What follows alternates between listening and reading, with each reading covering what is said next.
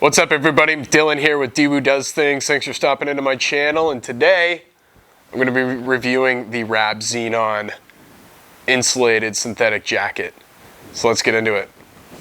So right off the bat, this jacket feels unlike any other that's on the market, except for maybe the Enlightened Equipment Torrid Apex jacket, which is what I would think may be the most similar comparison. This is a full zip, fully featured, ultralight synthetic insulation jacket. It uses what they call an Atmos shell material, which is pretty much just a Pertex Quantum with a DWR.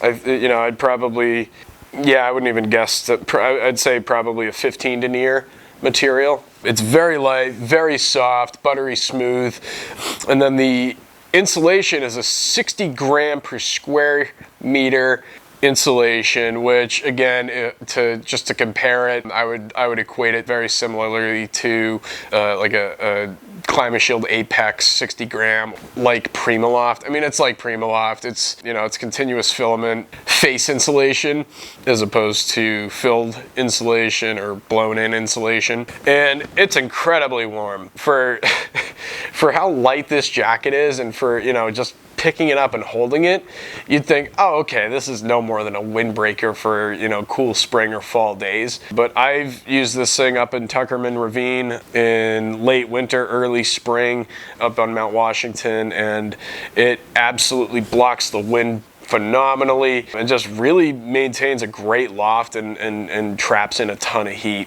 I don't really think there's a jacket out there that's better made than this or more effective. I think that there's more breathable options out there, but for what this is, this jacket really shines when you are sitting still at camp or on belay and the wind's blowing. The Atmos ripstop on it is just totally knocks the wind down. It was blowing up at the top of the ravine, and I just threw this on, and I couldn't feel the wind. I love that it has that full face insulation here, because you'll notice that there's no baffles.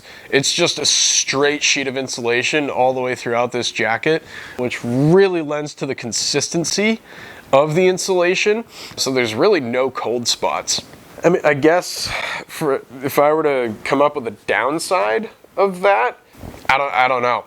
It's very technologically advanced, highly effective, and very thoughtfully designed. So let's go into the design a little bit more.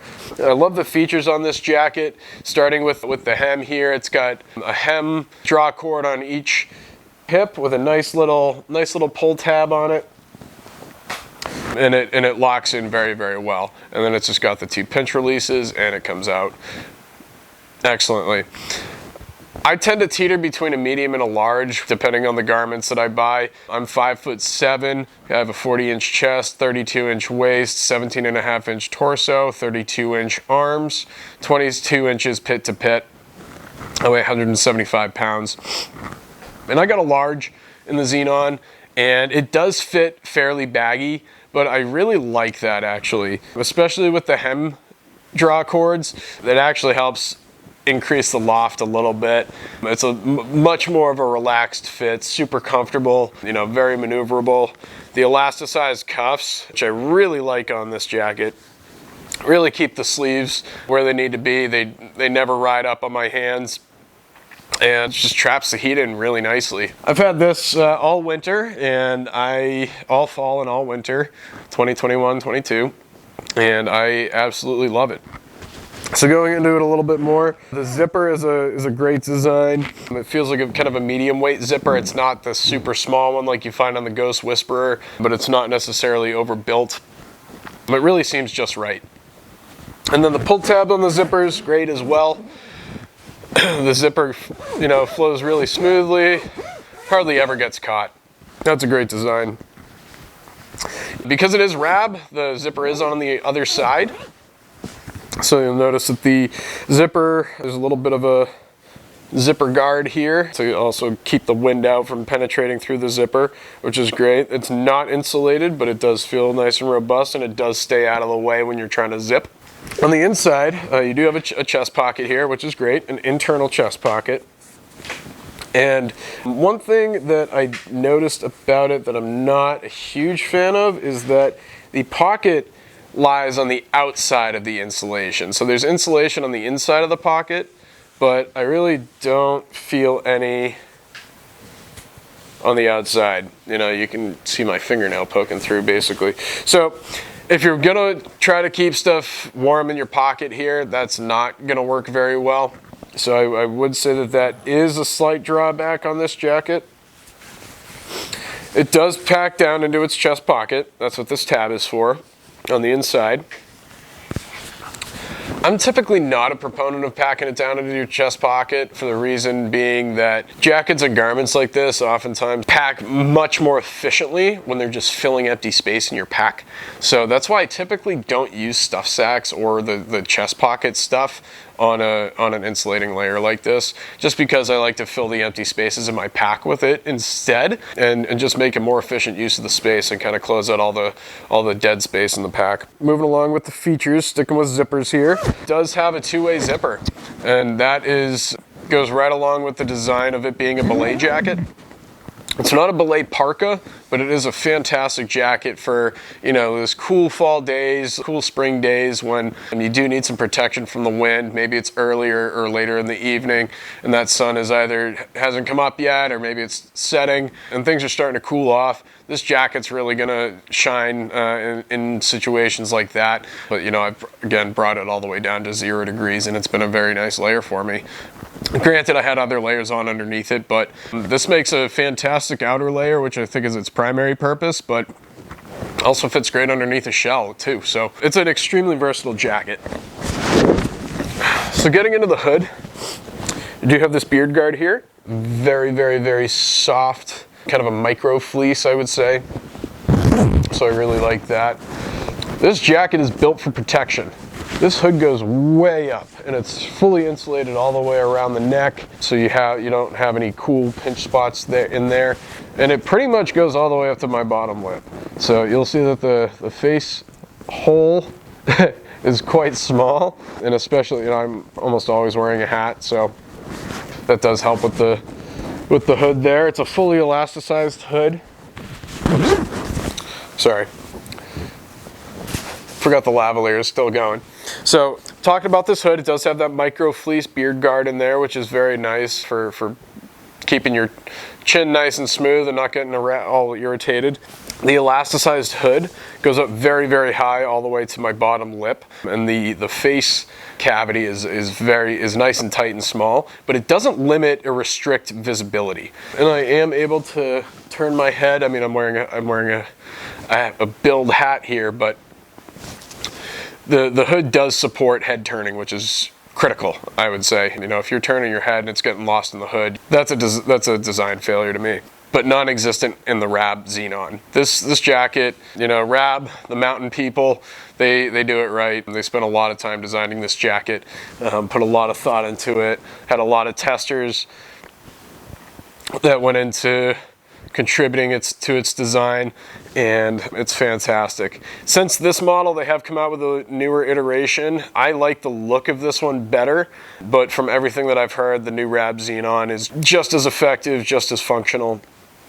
I just like this kind of simplistic, you know, kind of craggy type look to it. The other one has a little bit more, you know, visual design in the face fabric and everything. So let's get into the tech specs a little bit more. This jacket weighs 11.32 ounces, so 321 grams.